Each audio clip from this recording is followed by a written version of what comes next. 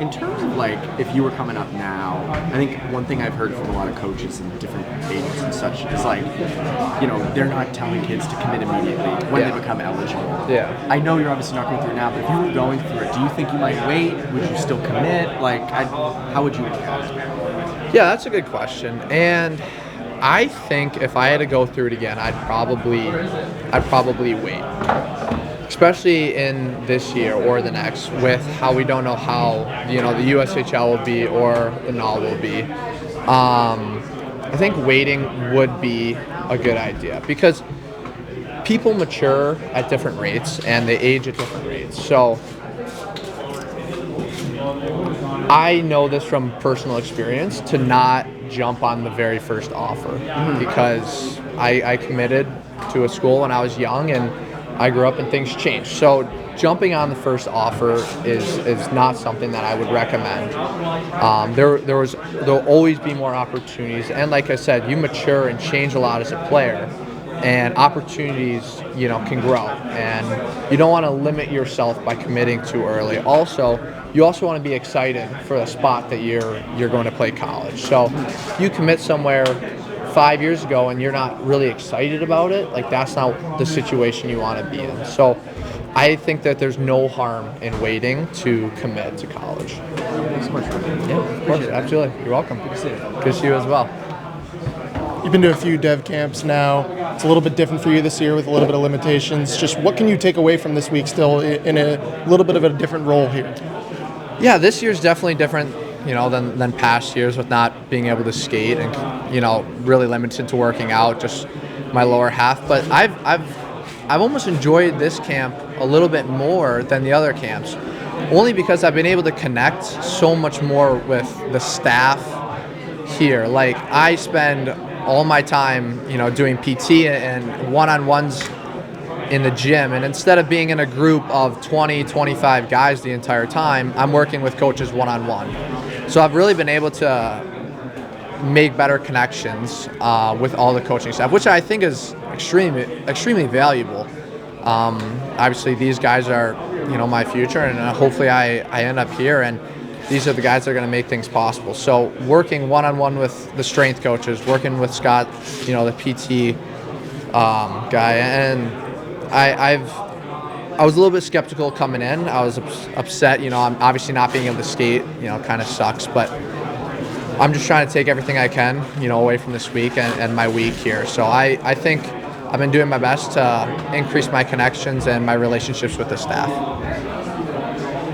Is there anything you're looking to improve upon next season in your game heading back to Cornell?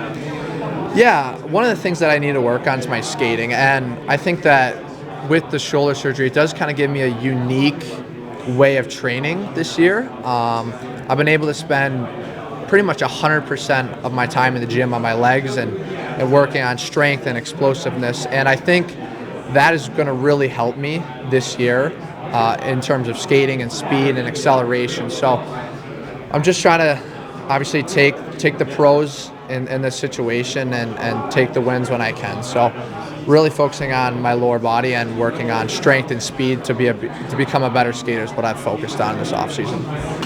Good. You mentioned maturity. I just overheard you talking. You come across very mature, and you just flipped a tough situation on the other side and took away positives. Where did you develop that? Were you always like that? Do you feel like that's something you've gotten in your last few years? Yeah, I think that I've had a couple of really good mentors this past couple of years.